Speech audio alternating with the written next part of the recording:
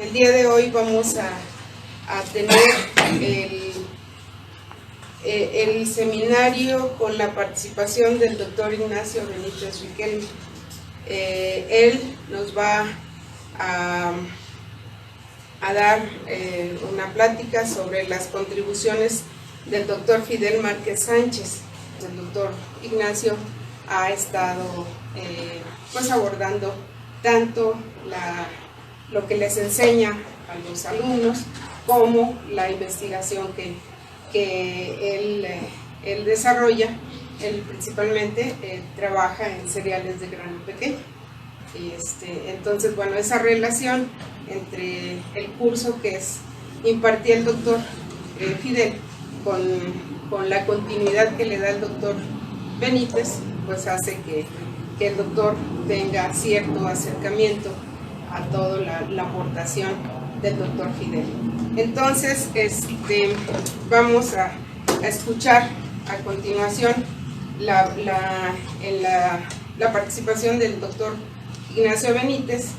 Y aquí tenemos el título: las contribuciones del doctor Fidel Márquez Sánchez, líder de la investigación teórica en genotecnia y en la educación agrícola.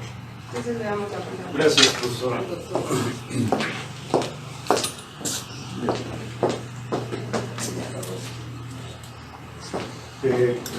Pues, buenas tardes. Es una cuestión de gusto estar en este momento, en este lugar, viendo también que hay numerosos estudiantes. Mucha de esta historia que vamos a platicar y las contribuciones que vamos a señalar, pues corresponden a una etapa del colegio de posgraduados en el cual pues todo el mundo empujaba con la intención de hacer una institución, de consolidar una institución como lo es ahora, a llegar al reconocimiento internacional de los posgrados. El doctor Fidel Márquez Sánchez fue un pilar muy importante en la construcción de lo que es ahora el programa de genética. Otro de los aspectos que pues, me gustaría comentar antes de iniciar es de que pues, hay muchas presentaciones que se han hecho para honrar su liderazgo. En particular voy a poner atención básicamente en el aspecto de la investigación teórica, cómo ésta sustentó toda una visión hacia el futuro, al grado tal que muchos de los programas de fitomejoramiento, y en particular del maíz, tienen sus raíces en estas contribuciones. Entonces, entender de una manera, esperemos que al entrar a la parte de estos aspectos no nos vayamos a perder, ¿no? Pero es muy importante que, pues estando en un centro de enseñanza, tengamos esa visión también.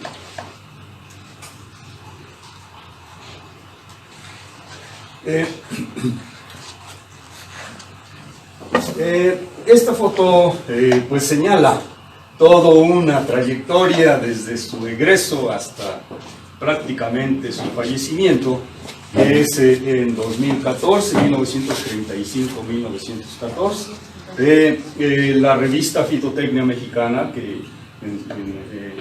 del cual fue uno de sus fundadores, pues publica un artículo a través del doctor José Luis Ramírez Díaz, y ahí me permití tomar esta foto y tomar estas primeras palabras.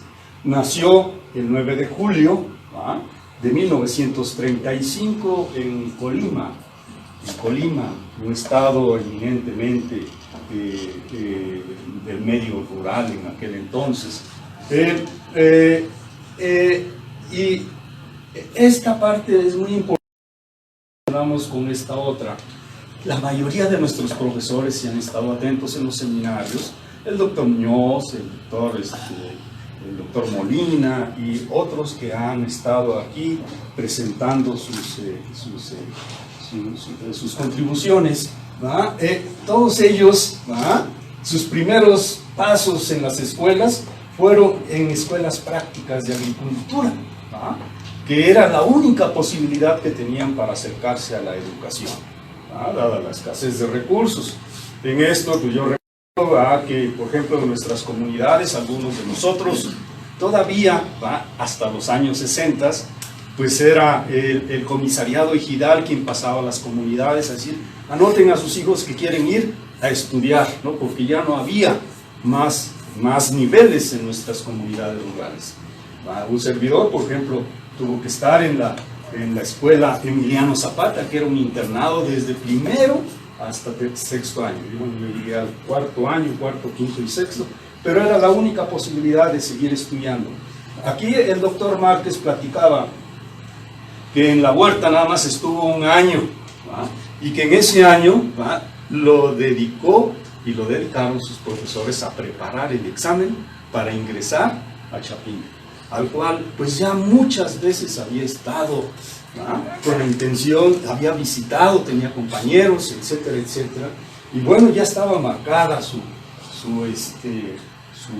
trayectoria en las escuelas de agricultura, y entonces ahí se preparó y aplicó el examen, y dice que de todos ellos fueron las 2 mejores calificaciones, y de ahí mismo examen ya traían, ya se tenían contentos. Entonces ya luego los mandaban llamar para que integraran lo que fue la parte del alumnado de la Escuela Nacional de Agricultura. Entonces son anécdotas que pues en cierta medida se tienen acerca de estos profesores.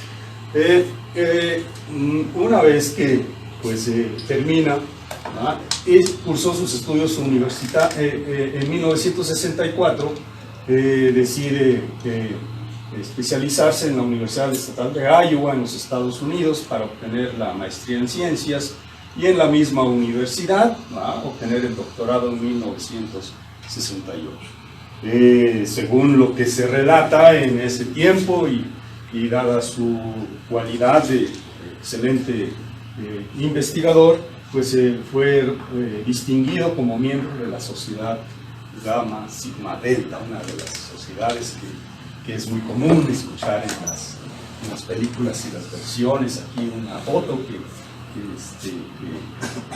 que enmarca su estancia en aquellos lares, en aquellos lugares. Aquí una foto que la tomé de la internet, en donde está platicando con investigadores en Cotaxtla, su primer trabajo. Aquí,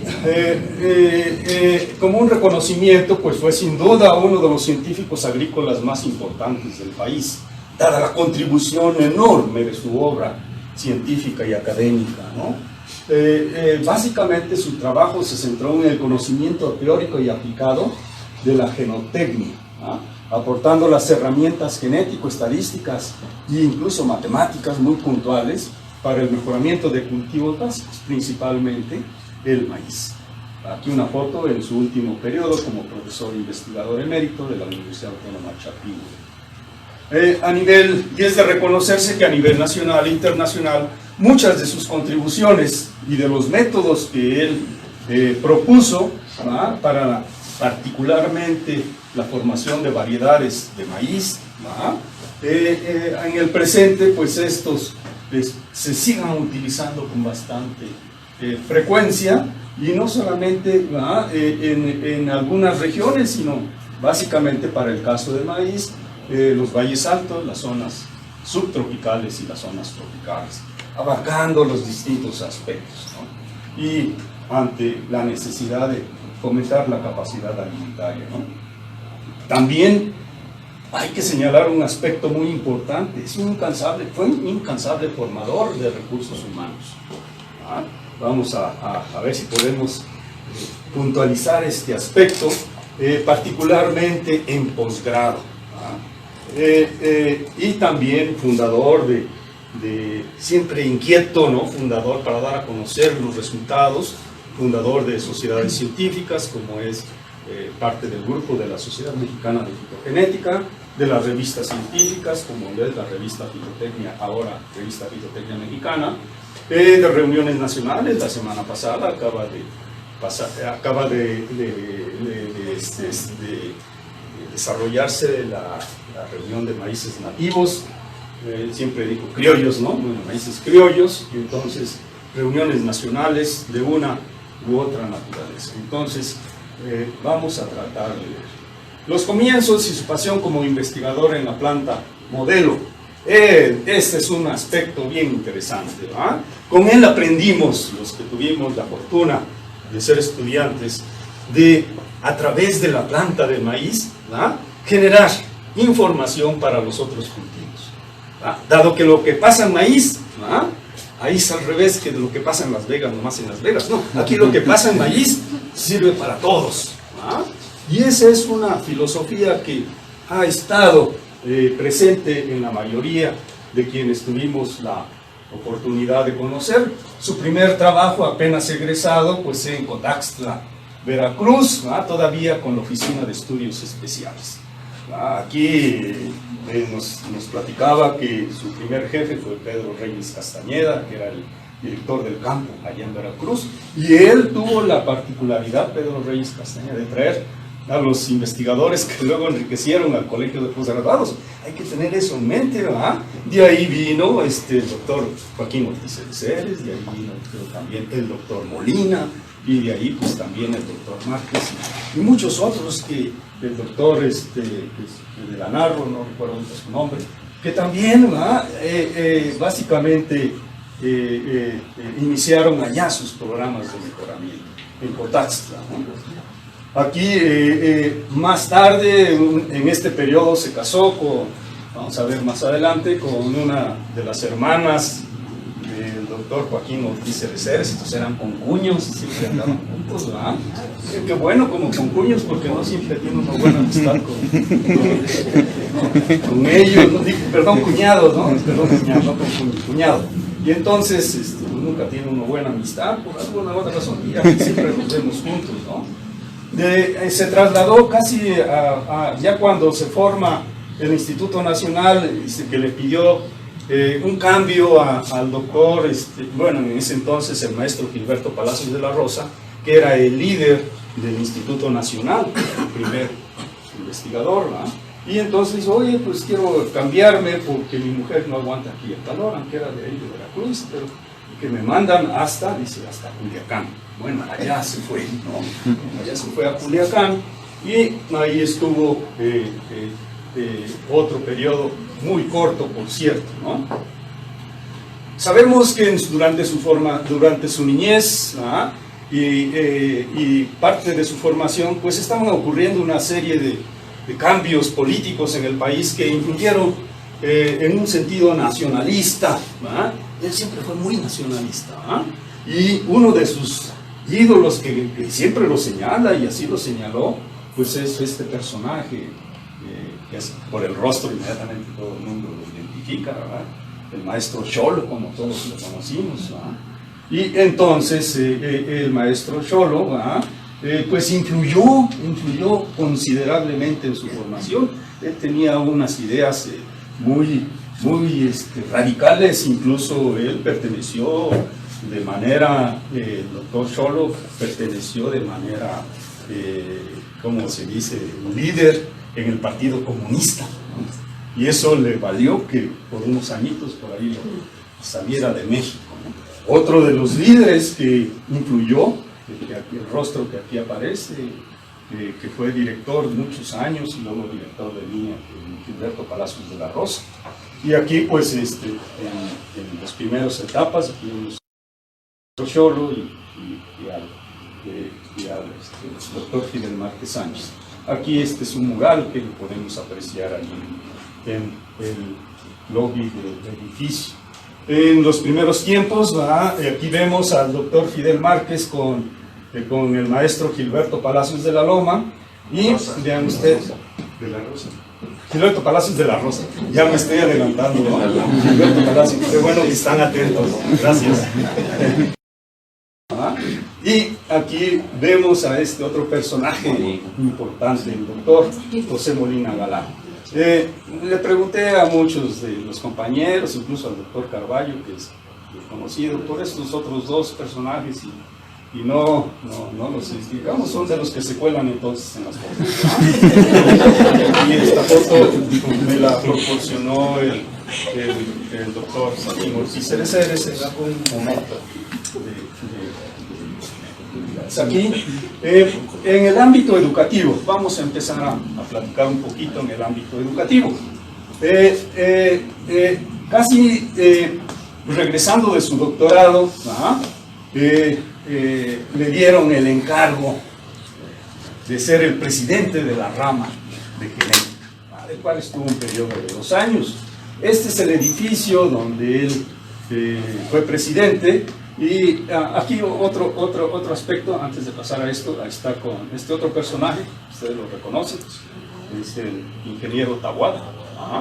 Entonces, otro de los personajes que influyen en su carrera.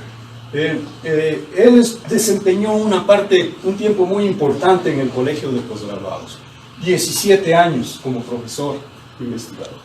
En este sentido, me llama mucho la atención cuando empiezo a revisar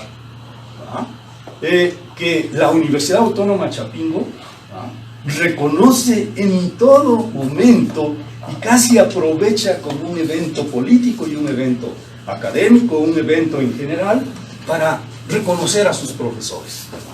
No pierde oportunidad porque eso la proyecta. Y al parecer nosotros estamos como pegaditos a Chapingo, y como Chapingo se proyecta, pues también se proyecta. Se apropian de los personajes, se apropiaron del personaje con todo el derecho de Efraín Hernández Xolocotzin, y es un símbolo muy importante para la Escuela Nacional de Agricultura y la universidad. Se apropian del personaje de la loma, un símbolo muy importante. A mí me da un poco de tristeza que tenemos un saloncito aquí, donde nos trajimos todos los cuadros cuando nos cambiamos de la loma, y pues sí, nos apropiamos de esa parte, pero no de su proyección, ¿no? Y de muchos otros podría seguir señalando. Bueno, y ahí va la parte del doctor Muñoz también. Están haciendo un movimiento para darle al doctor Muñoz su estatus dentro de la universidad. Y entonces ahí nada más va como reflexión para el colegio de quien se ha apropiado, así como para darle y decir, este es lo que somos, aquí está la crema y nada. Todavía nos pegamos a la chichi, ¿no? La guachi, entonces ahí estamos. Entonces pasó 17 años y vamos a ver la prolificidad en estos 17 años en el colegio de posgraduados.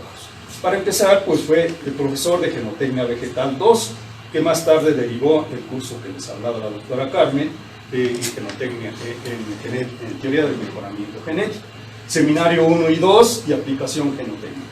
Pues déjenme decirles que tuve la fortuna de que en los 4 cursos, fue mi profesor, el doctor Fidel Martí. Él andaba en todo y le gustaba estar en todo, Cualquier cosa que llegaba a su mano lo escribía y dice, aquí está, Era una cualidad bien interesante.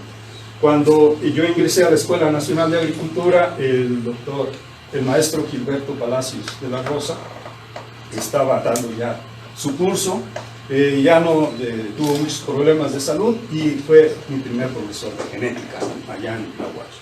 Luego en fitotecnia, lo llamaron a fitotecnia, y ahí en fitotecnia son 2 cursos, el de genética general y el de genotecnia vegetal. Bueno, pues también, Y entonces, también por aquí está una de las estudiantes, ahora doctora, que le tocó también otros cursos con los sistemas de producción.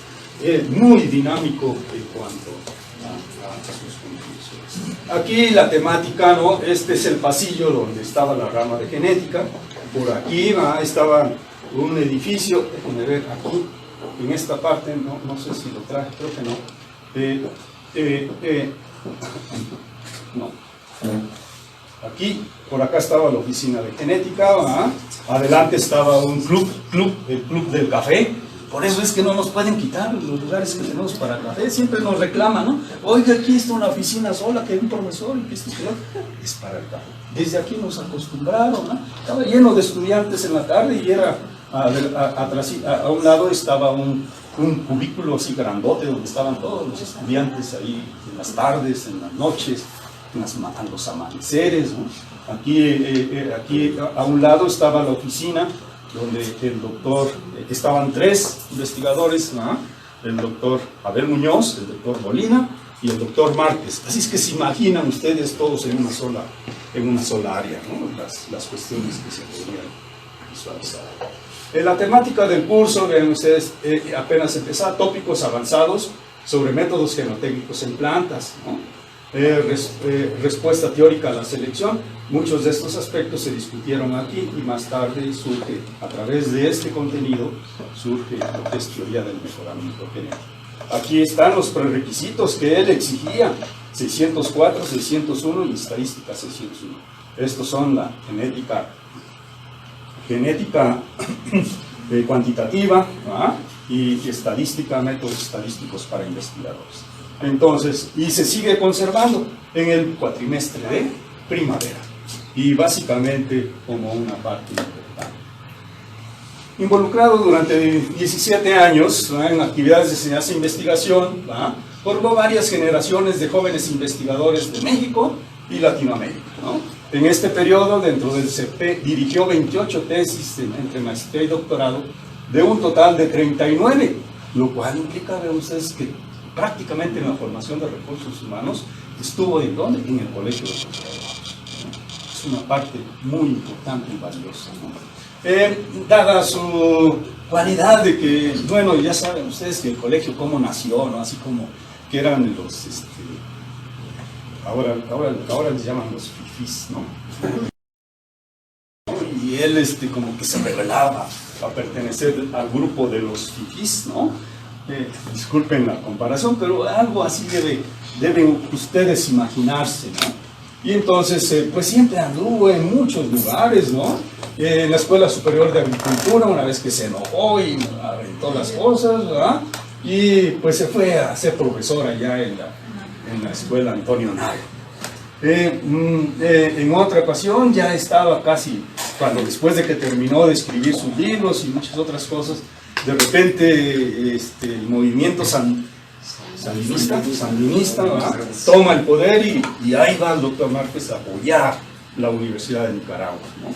Por allá estuvo, y entonces pues siempre atento a los cambios y ser participativo y contributivo. Entonces, como ven, entraba y salía, como vamos a ver también en otras láminas del colegio, y eso pues como que a muchos así les preocupaba, ¿no? Y a lo mejor por eso el reconocimiento al doctor Márquez no es muy claro aquí dentro del colegio. Tomando de la lista de publicación, de tesis que por ahí genética tiene, desde la tesis 1 hasta las que van, ¿no? Anotadas, este es el número correspondiente, ¿no? Y su primera tesis, vean ustedes que dirige, fue en 1966, heterosis y su abatimiento en 8 cruces de sorgo para grano. Y de ahí, pues, la intención de presentar estos nombres es de señalar, ¿verdad?, que la formación de científicos mexicanos, que luego fortalecieron a otras instituciones nacionales y extranjeras, públicas y privadas, pues nos genera esta revisión, ¿verdad?, que permite apreciar. Por ejemplo, Carballo, quienes que hizo su tesis en 1970, ustedes lo conocen. Hoy que hizo su tesis en calidad, también publicó un libro y se graduó aquí con el doctor Fidel Márquez. La Lama es un profesor, es un investigador que viene de Sudamérica, ¿no? Aquí, disculpen, me voy a brincar algunos que no. Lepis y Delfonso Rogelio, líder, ¿verdad?, en frijol, en el Instituto Nacional de Investigaciones Agrícolas. El doctor Héctor González Rosas también está aquí como profesor en el área de fruticultura, me parece. Vean ustedes, aquí aparece como un discípulo del doctor Abel Muñoz, el doctor Fidel Márquez, otro profesor de la universidad, el maestro Francisco Gerón Javier, que está como profesor investigador en el área de genotecnia. Y así, disculpen la lista, pero me pareció relevante, ¿no? Pedro Haza Vega, ¿no? Otro investigador que es extranjero, otro, Hugo Córdoba, ya partió, un maicero bastante dinámico que al final terminó trabajando para el CIMIC por muchos años. Hoy, el doctor Poy también, ¿no? También estuvo muchos años trabajando en el caso de proteínas. El último que mandó a estudiar con su profesor consejero del doctor Márquez, que es Hallauer, Jorge Covarrubias, ¿no? Prieto, que también estuvo como estudiante aquí, pero que cuando regresó siempre llegaban del doctorado, llegaban con la categoría con la que se habían ido, y él se molestó mucho, estuvo un tiempo aquí con nosotros, pero decía que el sueldo solamente le alcanzaba para pagar la renta, ¿no? Y que entonces la renta más comer, pues no le alcanzaba, y está ahora trabajando en Celaya, en el instituto, ¿no? Una de las cuestiones que hizo que perdiéramos mucha gente, ¿no? Los bajos salarios. Y otra de las cuestiones, anécdotas que decía Jorge Covarrubias, decía, oye, es que ustedes tuvieron suerte. Y dice, ¿por qué? Porque ustedes agarraron desbocanas, ¿no? Ya tenían casa, ya tenían... Yo no, dice, entonces... Digo, es un comentario, ¿verdad? De que a veces soluciona un poco, ¿no? Es una buena estrategia para todos aquellos que pues andan buscando cómo pasarla bien. Ya puedo hacer inclusive amos de casa, ya está aceptado amos de casa, ¿no? No nada más amos de casa. Bueno, seguimos con la lista, ¿no? Won, Arroz, ¿no? Otro investigador, un hombre grandotote, ¿no? Abel García, Tito, otro centroamericano, Humberto Vallejo, ya le perdí la pista. Aquí está el doctor Poli, ¿no? García Juan Carlos, que trabajó los métodos de selección masal, ¿no? Y podemos ver algunos otros, García Preciado Rafael, que está desarrollando un papel muy importante en empresas privadas, y antes entonces es una lista que da presencia de su paso como profesor en la formación de recursos humanos, ¿no? Que han y siguen impactando en la comunidad. En este medio académico de investigación, perdón, interesado siempre que los jóvenes agrónomos, ¿no?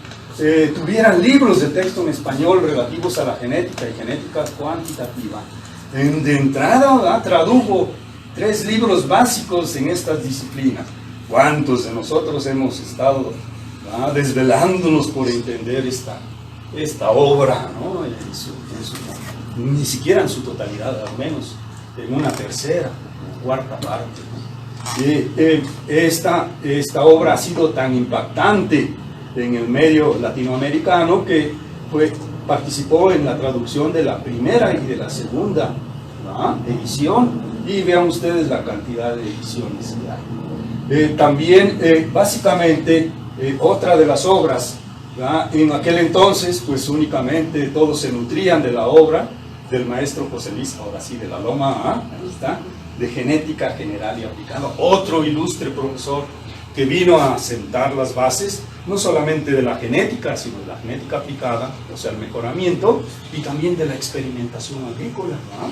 Y aquí, de la experimentación agrícola, nos relataba, por ejemplo, el doctor Abel Muñoz, que ya venía muy cansadito, porque venían desde México, ¿no? Él trabajaba en la Secretaría de Recursos Hidráulicos, el maestro de la Loma, y venía a dar su curso de experimentación. Y en 1960, le relataba el doctor Abel Muñoz, que él, le dijo, le dijeron que alguien debería apoyar, y él dijo, yo, aunque no me paguen, y empezó a dar un curso, y el dinero se seguía cobrando el maestro de la Loma, ¿no? Empezó porque en el curso hay otro libro, no lo puse aquí porque no es relativo, ¿no? Y bueno, en cuanto a una copia más actualizada, porque pues aquí está, es bien interesante, alguno de ustedes se ha puesto a leer esta obra, ¿no? La historia de de cómo se concebía la genética y cómo se fue acorralando los conocimientos para aterrizarlos en lo que ahora recibimos del conocimiento de la genética. Y entonces también este libro lo tradujo para que los agrónomos y agrónomas que ahora nos acaban de mandar un oficio que ya nos tenemos que referir, aunque lo digamos mal, a hombres y mujeres. Hace como 3 días no recibimos el oficio. No lo han visto, está en la red. Entonces, digo, agrónoma, no sé si esté bien dicho, pero pues hay que decirlo, ¿no? para que pues tuvieran ese conocimiento. Problemas de genética cuantitativa también, pues para tener algunas cuestiones. A principios de los 80, escribió la monumental obra que nosotros conocemos como Genotecnia Vegetal, publicada en 3 tomos, aquí le pongo los tomos y el número de páginas, nada más por el número de páginas, ¿no? Es una obra monumental, ¿no? La cual no solo es una referencia teórica obligada para las y los fitomejoradores de habla hispana, sino también difunde resultados importantes obtenidos por científicos mexicanos, algunos no muy dados a publicar en aquellos tiempos, ¿no? Tengo los 3 tomos, todos autografiados, ¿no? Aquí está su firma, pero no para mí. Sucede que, y también le tengo que echar la culpa, ¿no? Sucede que era la secretaria que tenía para escribir esto, pues si no Texcocana, pues no es mi esposa, y ahí nos conocimos de otra manera en la parte social. Y bueno, estos 3 tomos están dedicados porque me tocó precisamente la mecanografía de todo el manuscrito. Y ya él, bueno, a mí me tocó también estarle ahí con la máquina cuando ya estaba casi terminado para que no se le borrara. Todavía no había computadoras, todo eran estas máquinas que todavía hay por acá de esfera, ¿no? Que todavía cuando tenemos que llenar un formato le andamos pidiendo, ¿a quién todavía le sirve la máquina esa de esfera, ¿no? Y andamos ahí llenando formatos. Entonces, básicamente, inclinado siempre a escribir todo lo que consideraba importante, en sus comentarios él decía, si sirve o no sirve, pues el público dirá, yo lo escribo. Era incansable para escribir, ¿no? Considera importante y con ello facilitar el trabajo de los estudiantes e investigadores en el campo de la agricultura y en particular de la genética y genotecnia, pues publicó obras de carácter diverso en libros, capítulos en libros, folletos. Aquí, por ejemplo, cuando ya tenía información, inmediatamente la soltaba, ¿no? Otro libro que lo invitaron el Consejo Nacional de Ciencia y Tecnología a escribir algo, y lo escribió, ¿no? Cuando la Sociedad Mexicana de Fitogenética, en el 92, le pidió que hiciera un simposio en donde se abordaran los temas de genotecnia en plantas autógamas, él fungió como editor.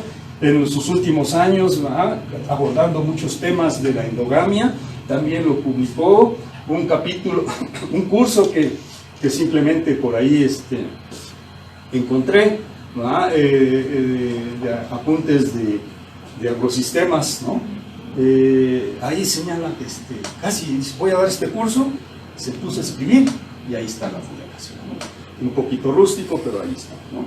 A lo largo de su vida, el doctor Márquez estuvo a la vanguardia de los avances científicos a través de sus publicaciones. Estos avances los puso siempre por escrito y a disposición de las comunidades de enseñanza, investigación y difusión. Eso es algo que pues, como parte me gustaría relatar algunos de los temáticas abordadas en estos 6 unidades, ¿no? Una laminita por cada uno de ellos, o 2 tal vez, ¿no? Con la intención de abordar un poco los contenidos, ¿no? Porque finalmente son las contribuciones, ¿no? Por ejemplo, en el apartado 1, que aquí, métodos clásicos de mejoramiento, que fue, digamos, se dio la tarea de organizar toda la información dispersa, básicamente abordó desde la selección masal hasta los métodos más actuales de selección fenotípica. Es decir, donde uno toma el dato en campo o en verdadero laboratorio, pero a través del fenotipo, ¿va? Entonces empezó a trabajar desde la selección masal, que ya desde los primeros estudios ya tratando de clasificar, algunos investigadores como una eminencia, Spray, dijo, no, pues, no, ese método no sirve, ¿no? Incluso ellos los desarrollaron en Iowa y la respuesta que obtuvieron en el 1% en material transporting o algo así, pero no cometer una equivocación, pero algo ahí. Porque básicamente este investigador decía, no hay control del progenitor masculino. Y bueno, si no hay control, pues hagamos el control también del masculino y se toma, como señalaba el doctor Molina, la selección masal 2, pues la selección individual. No hay prueba de comportamiento de la progenie, no, porque cada ciclo de selección es la recombinación. Sin embargo, interesados básicamente estos investigadores en darle continuidad a esta metodología, dado que es el método básico de la domesticación. ¿Ah? Es decir, elegir las mejores expresiones de la siguiente manera. Y así es en todo, ¿ah? Elegir las mejores expresiones y aquellas expresiones que no se eliminan. Cuando dice, bueno, hay control de los dos progenitores, bueno, elegir tanto el padre como la madre, que son los que van a contribuir con su información a la siguiente generación. Y entonces, pues esta diferencia entre la selección individual, pues relega a la selección masal.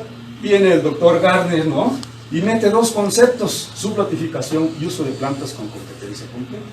Y el doctor Márquez en su artículo, que aquí está en la revista Fitotecnia, y noten ustedes, ¿verdad? En ese entonces era director de la revista y ocupó la revista para él solito, ¿no? Dice, nadie quiere escribir, yo lo escribo, ¿no? Y el que ustedes manden.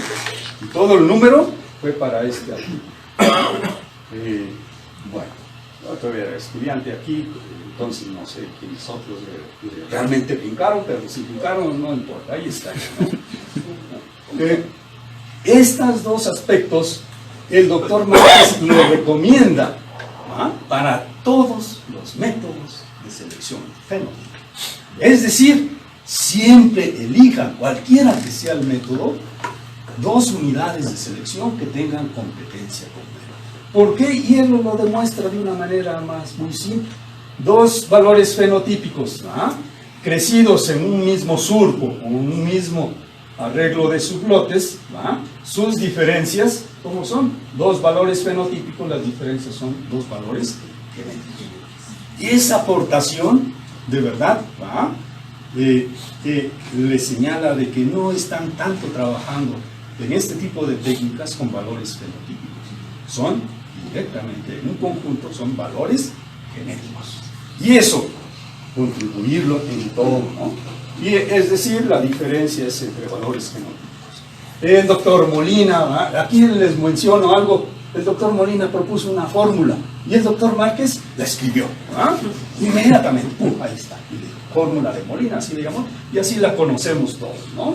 Y entonces, esta es la fórmula, el rendimiento de una planta crecida, de un genotipo Y crecido en un ambiente J, pues será el producto experimental de todo el conjunto de datos que se tengan, el efecto que tenemos acá, vean ustedes, de la media de las plantas que constituyen una unidad uniforme que se llama sublote, y el efecto de cada planta. Entonces, aquí el efecto del sublote es lo que la fórmula del doctor Molina le quiso quitar, porque había unos sublotes muy buenos y unos sublotes muy malos, ¿no? Y entonces había que quitarle este efecto. Y él simplemente puso esta igualdad y pasó el efecto del sublote hacia acá, y esto es lo que le llamó el rendimiento ajustado, que es básicamente quitarle el efecto del sublote a cada rendimiento.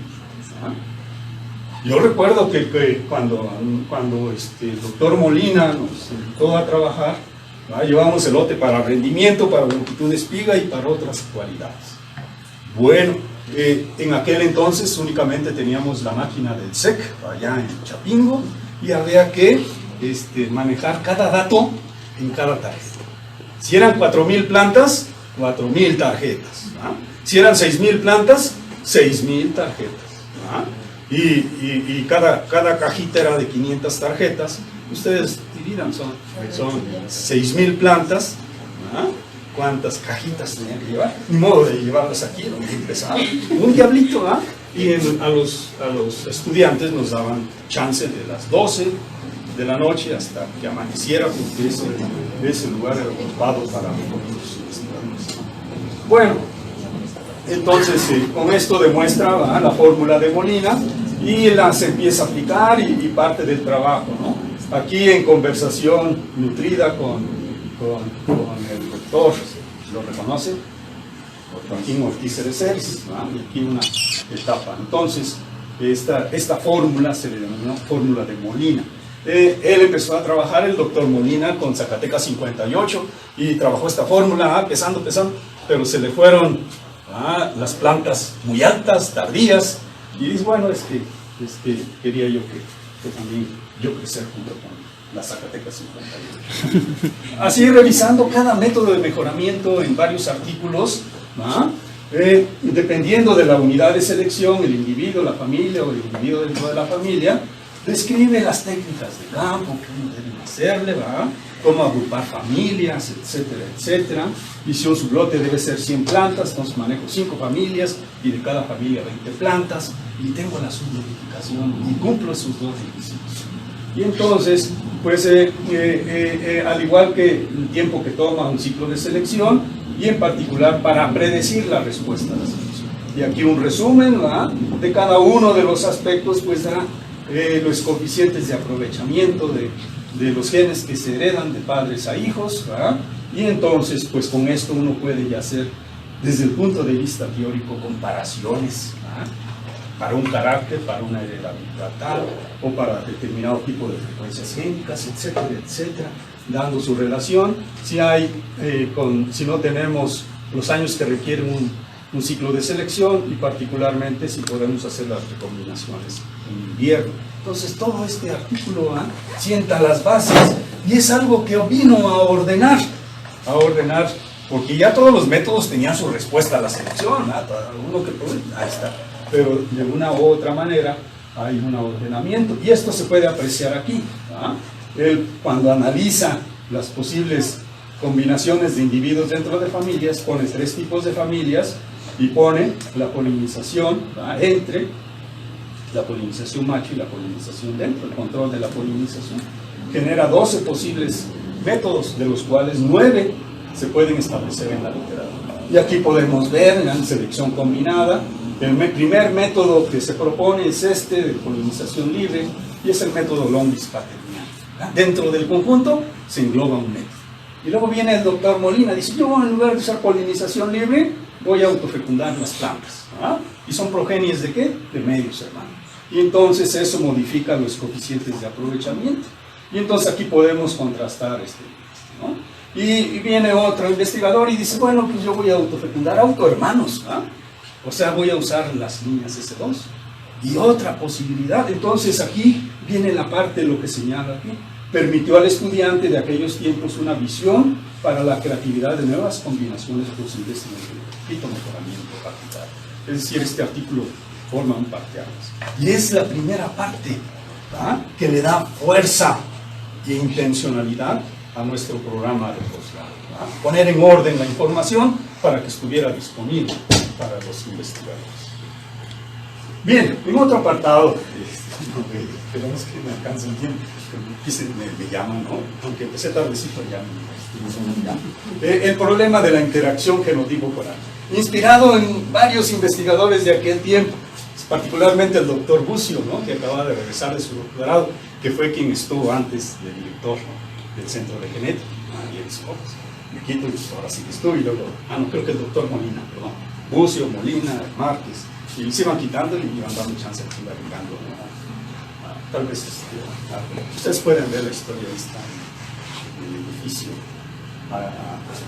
en una de las salitas, ¿no? Y entonces pues muchos investigadores incluyeron, y él al igual que toma este modelo, en donde un modelo sin interacción es el que lleva una pendiente de punto, porque hay otros modelos, el que está acostadito, es sin interacción, que es el matemático, y este es el biológico. Así. De inmediato se pone a escribir y empieza a invitar a una gran cantidad de investigadores por ejemplo, al doctor Carballo, al doctor Córdoba ahora, ¿no? Y con ellos básicamente caracterizan, ¿va?, a cualquier genotipo con base en el coeficiente de regresión, ¿va?, si es muy pronunciado, si es más o menos, o si es casi próximo a cero. Y entonces, de 1 más que 1, menor que 1, y muchas de las tesis que encontramos en la literatura, pues es sobre esto, ¿no? Y desde esos años, una contribución importante es que casi todos los fitomejoradores tienen en mente, cuando forman nuevas variedades, señalar al menos el tipo de interacción que tienen esos materiales. Si son para buenos ambientes, pobres. Con Córdoba dicen, bueno, hay que incluir la media fenotípica porque se empezaron a dar cuenta que los materiales pobres, ¿verdad?, es decir, que responden a malos ambientes, tienen una media genética baja. Pues, incluir la media para empezar a analizar. Este trabajo le permitió obtener en 1970 un premio.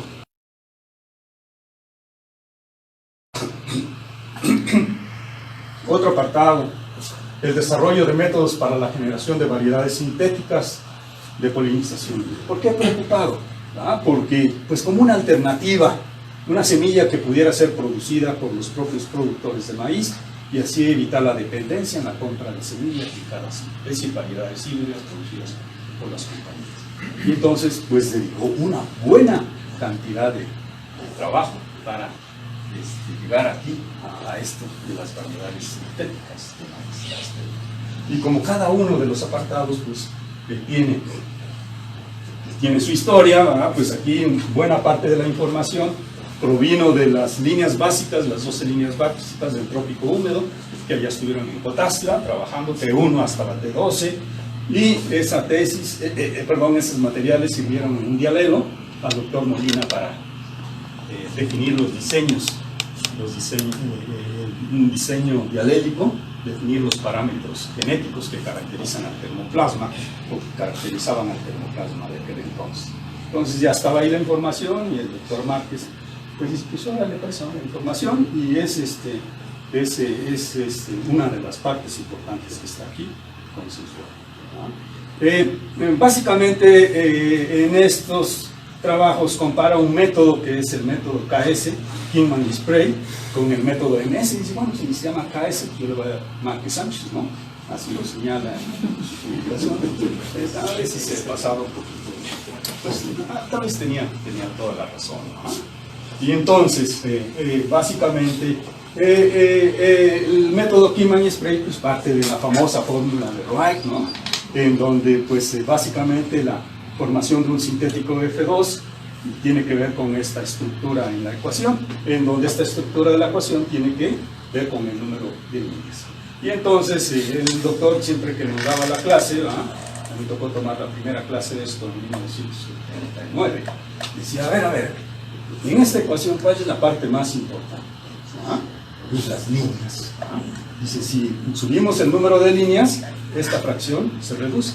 Si bajamos el número de líneas hasta 2, esta diferencia se hace mayor. Y entonces el efecto acá es lo que debemos evitar. Vamos a buscar un efecto que disminuya lo menos posible el paso de F1 a F2. Y eso le llamó variedad. Y básicamente, bajo esto, pues ya se había trabajado Kingman y Spray en el 45, generan esta ecuación, donde aquí vean ustedes cómo cuando son dos líneas, por ejemplo, vean el rendimiento de la F2 comparado con la F1, todo esto cae, ¿no? Cuando ya son 3 líneas, ya cae menos. Cuando son 4 líneas, pues ya casi, ¿no? 5 líneas, 6 líneas, 7 líneas. Y entonces dice aquí en este punto de inflexión de la F2 es donde está el número óptimo de líneas. Pero estos investigadores dijeron, es que son muchas combinaciones y yo tengo un grupo de líneas muy alto, ¿ah? Y dice, bueno, pues muy simple, el método Kingman y Spray, que es el método, básicamente dice, yo pongo la variedad de más alta aptitud combinatoria general y la voy ordenando, y hasta donde llegue yo, esos son mi mejor sintético, ¿ah? De esa manera se evitan todas las cosas posibles, y ese es el método. Y entonces dicen, no, es como que eso no está bien. Como estudiante, el doctor Córdoba, pues lo puso a hacer todos los sintéticos, ¿ah? De 2 líneas, de 3 líneas, de 8 líneas en total. Y bueno, ahí lo tenían, ¿no?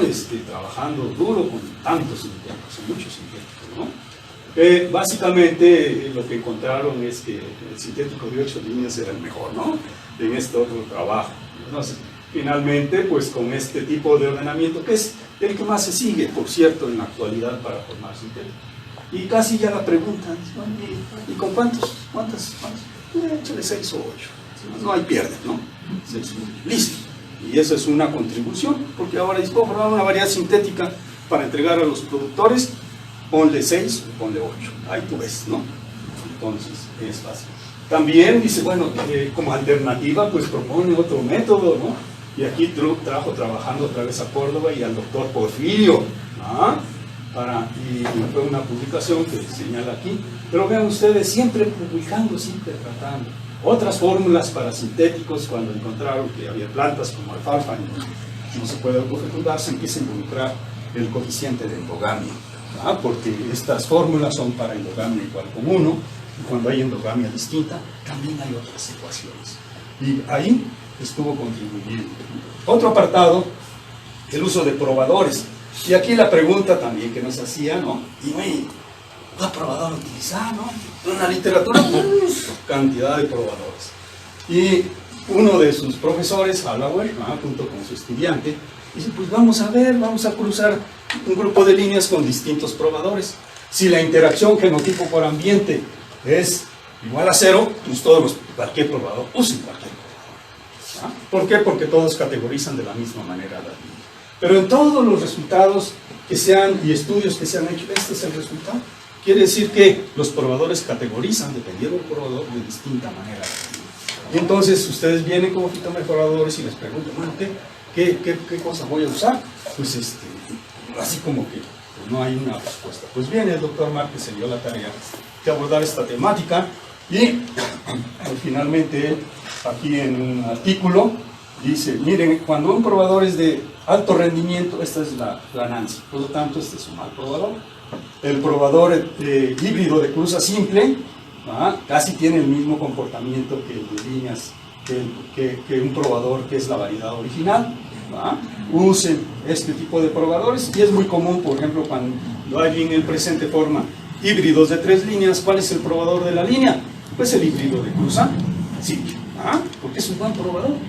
Y finalmente aquí está el probador de bajo rendimiento.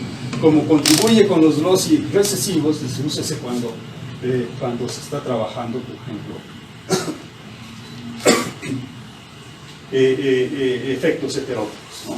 Y el comportamiento de la línea CC1, que también fue otra área, ¿no? Que él estuvo muy interesado en señalar. Porque cuando uno hace mejoramiento genético per se de líneas, la respuesta es inmediata. Pues es muy simple, ahora lo sabemos. Porque con una autofecundación, ¿qué es lo que hace? Eliminar una gran carga de alelos recesivos. Y entonces él siempre decía, siempre que hagan mejoramiento de materiales nativos, pues metan a hacer una autofecundación. Descargar esa gran carga de alelos recesivos. Entonces son contribuciones. La regresión mestizo-línea, dentro de eso, bueno, usando los parámetros de estabilidad, beta igual a 1, no interacción mayor que 1, interacciona con el probador, hizo lo mismo que con Eberhard y Russell, pero ahora como probadores, y él encontró estos resultados. Si beta I es menor que 1, 1 menos separado por medio de dominancia, es un probador de alto rendimiento. No lo usen, ¿no? Por ahí luego el doctor Sagún demostró otros datos, pero no lo voy a meter. Entonces da posibilidades de armar discusiones cuando se meten al campo teórico. Un probador de bajo rendimiento, vean ustedes, que tiene un coeficiente mayor que 1, entonces es un buen probador. En cambio, el híbrido de cruza simple y la variedad original, vean ustedes, no interaccionan con la línea. Si quieren hacer selección recurrente para aptitud combinatoria general, usen este o este. Pero si quieren hacer hibridación, pues posiblemente tienen la oportunidad de estos otros probadores. Como ven, pues y también, pues algunas investigaciones que desarrolló con los estudiantes, como López Pérez, ¿no? Su tesis. Vean ustedes, cuando hay los tipos de probadores de alto rendimiento, vean ustedes los coeficientes que obtuvo. De variedades originales, esos son los coeficientes. Y cuando se hace una selección hacia bajo rendimiento, estos son los coeficientes. Entonces también demostrado acá. De aquí surgen algunas ideas, por ejemplo, con el doctor Molina, que siempre estaban platicando, de que qué pasaría si hiciéramos selección no hacia bajo rendimiento, sino hacia baja aptitud, con monitoría general. Son investigaciones que siguen aquí el doctor Jesús García. Ya me pusiste en cortito. Sobre el retrocruzamiento limitado, pues aquí también tenemos una obra. No pude capturar la portada de este artículo, de este libro, pero aquí cabe señalar que en su última etapa, que abarcó de 1960 en la Universidad de Occidente, estuvo trabajando como profesor del Centro Regional Universitario de Occidente, ¿no? Y aquí es donde pues arranca con este material de mejoramiento de maíces criollos. La idea es de que había muchas razas que sacadas de su nicho, pues ya no tenían el mismo comportamiento. Uno de los más característicos, y dado que estaban en esa área, es el jala, ¿no? Que tantito se mueve y reduce su mazorca. Entonces, ¿qué les parece que sin lugar, para darle adaptabilidad, en lugar de meterle un 50% de germoplasma a jala que pierde, nada más metámosle un 25%? Y se le llamó retrocruzamiento limitado a un 25%. Pero algunos dicen, no, todavía pierde, vamos a meterle nada más. En carga genéticas, ¿qué significa? Si son 30.000 genes, según lo que nos dicen, ¿no?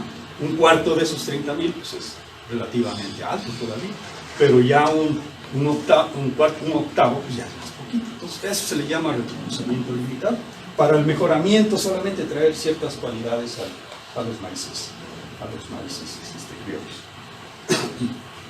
Y aquí pues su etapa como defensor del maíz nativo y su preocupación por el ingreso del maíz transgénico, publicó una serie de artículos también, donde además de señalar la creciente y reciente actividad en la recolección de germoplasma de maíz, aún en lugares, señala, en donde ni siquiera hay diversidad, hubo una histeria, ¿no? En los años de 2004, 2005, ¿no?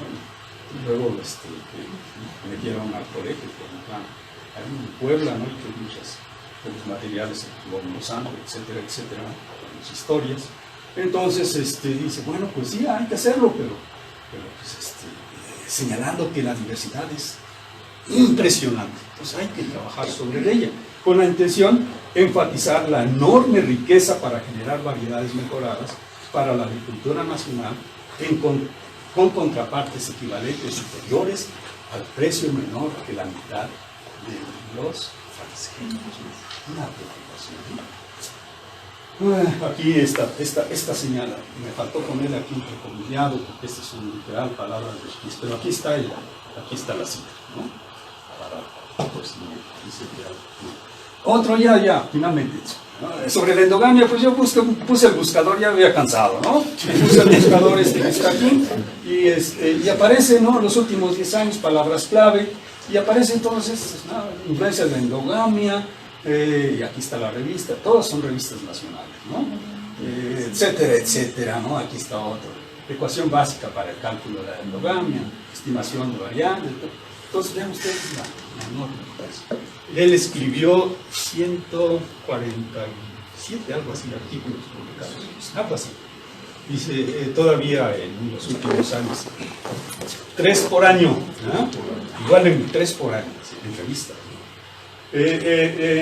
Sobre esta temática, pues produjo en 2005 estas nuevas ecuaciones endogámicas, ¿no? Ecuaciones para el mejoramiento genético del maíz, que nos había ya adelantado de la obra, en esta obra, ¿no? El doctor José Luis Ramírez publicó en su obituario que el doctor Fidel Márquez le comentó, que ya señalamos atrás, ¿no? Que estaba a punto de publicar todos estos aspectos en un libro de genética cuántica, precisamente en la FIL de 2014. Su fallecimiento pues ocurre un poquito antes, en septiembre, y ya yo le he preguntado qué pasó con ese libro, y pues están organizados, ¿no? Finalmente, por su destacado trabajo, el doctor Márquez pues recibe una gran cantidad de distinciones, Premio Nacional de Ciencias, que ya señalamos, miembro de la Academia Mexicana, reconocimiento por la UAS como doctor honoris causa, en nominación de la cátedra Fidel Márquez Sánchez, de la División de Agronomía, que por cierto, en la prepa tiene un edificio, ¿no? Con el nombre así, grandotes, de Marcos Sánchez, ¿no? En 1994 recibe la presea que se menciona del Colegio de Ingenieros Agrónomos de Jalisco.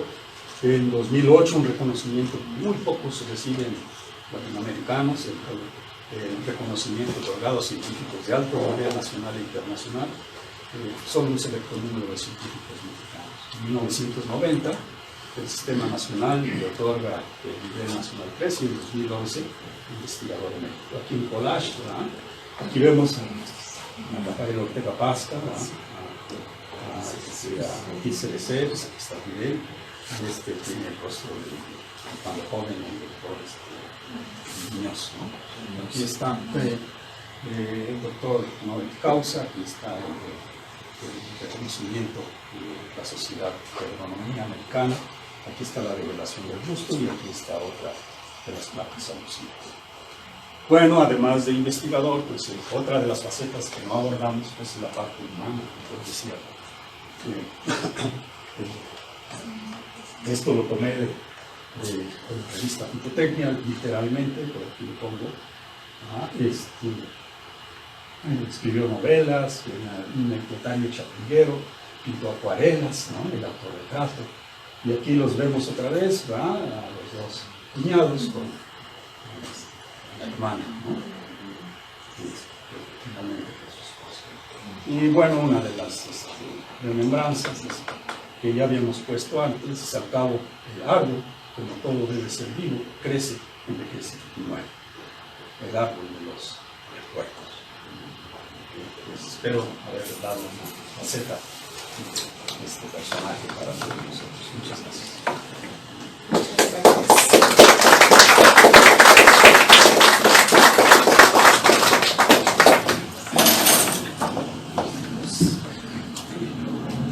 Bien, pues muchas gracias por esta espléndida y opulenta información. Destacaste perfectamente la amplia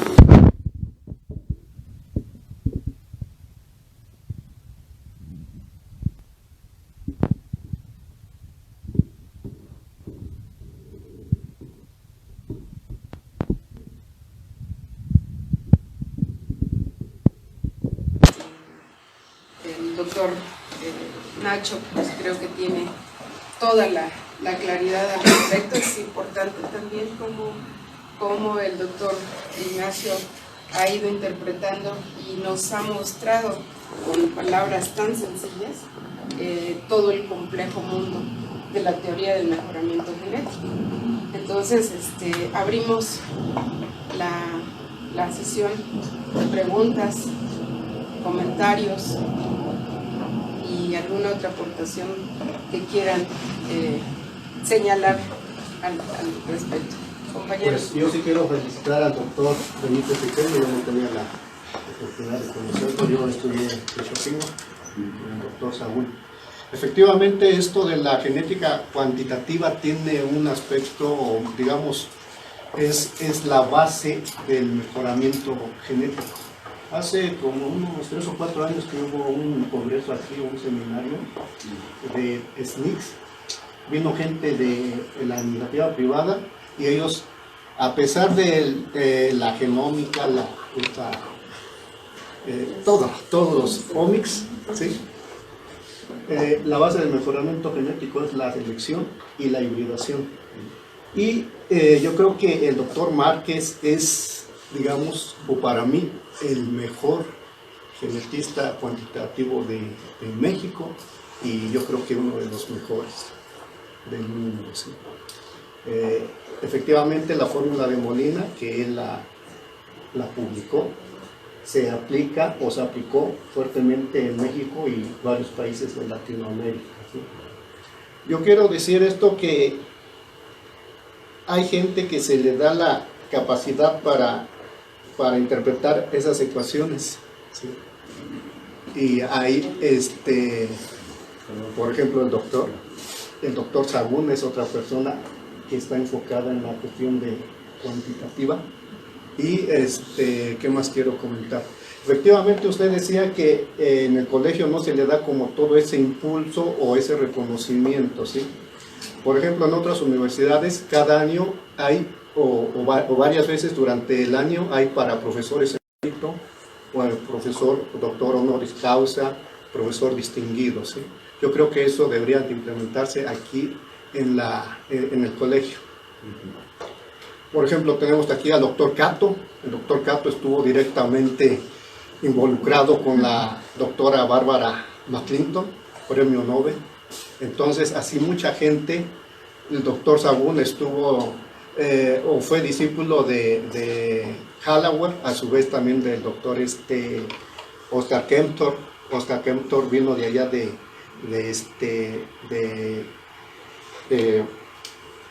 Inglaterra, que fue directamente discípulo de Ronald Fisher, y así. Por ejemplo, el doctor Zaid Infantes es mencionado en el libro de métodos estadísticos de Bhattacharya y Johnson. Entonces yo creo que explotar todo esto que tiene colegio y darlo a conocer a todo el país y a todo el mundo, ¿no? Pues muchas gracias, doctor, y gracias por permitirme la palabra. Muchas gracias. ¿Quieren comentar algo?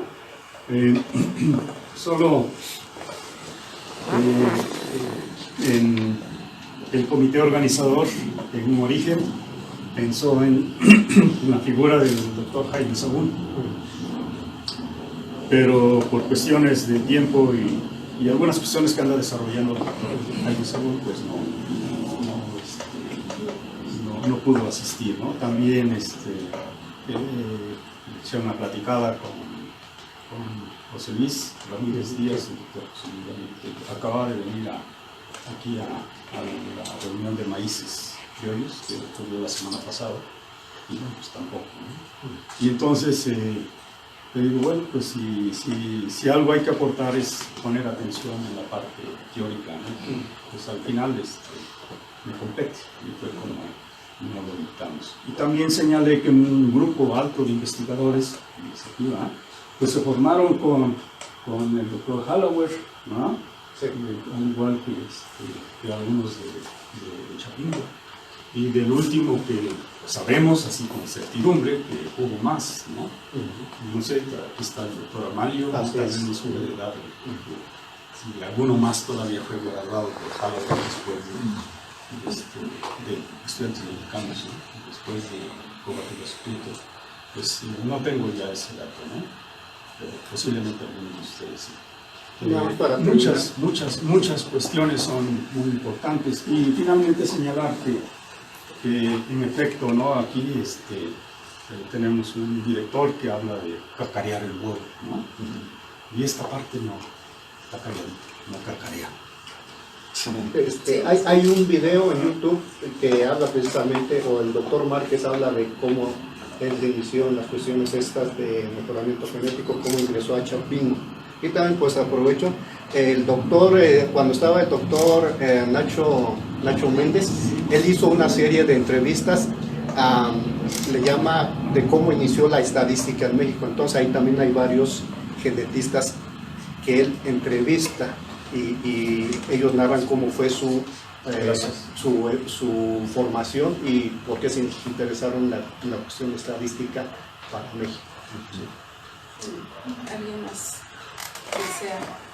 Sí, también. Sí, gracias. Pues en lugar de nuestros maestros más ilustres en el campo del mejoramiento genético, yo tuve la fortuna de haber sido su alumno también en Ipotecnia, en Chapingo, y pues de ahí algunas cosas que todavía hago de mejoramiento genético se basan en esa experiencia que nos regaló allá en la universidad.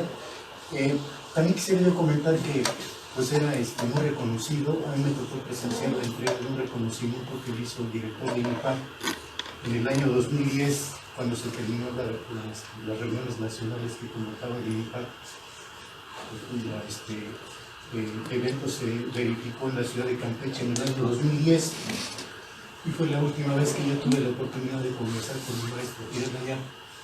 Y bueno, pues lo recuerdo por su enorme capacidad de comentar cosas sobre el mejoramiento genético y el desarrollo tantos trabajos que se han hecho en este país, ¿no? Ese es mi comentario. Gracias. Bueno, pues fue muy nutrida esta plática, doctor Ignacio. Le entregamos un reconocimiento con mucho cariño. Y agradecemos. Muchas gracias a todos. Gracias. Nos vemos en la siguiente sesión el día 7 de noviembre. Gracias a todos.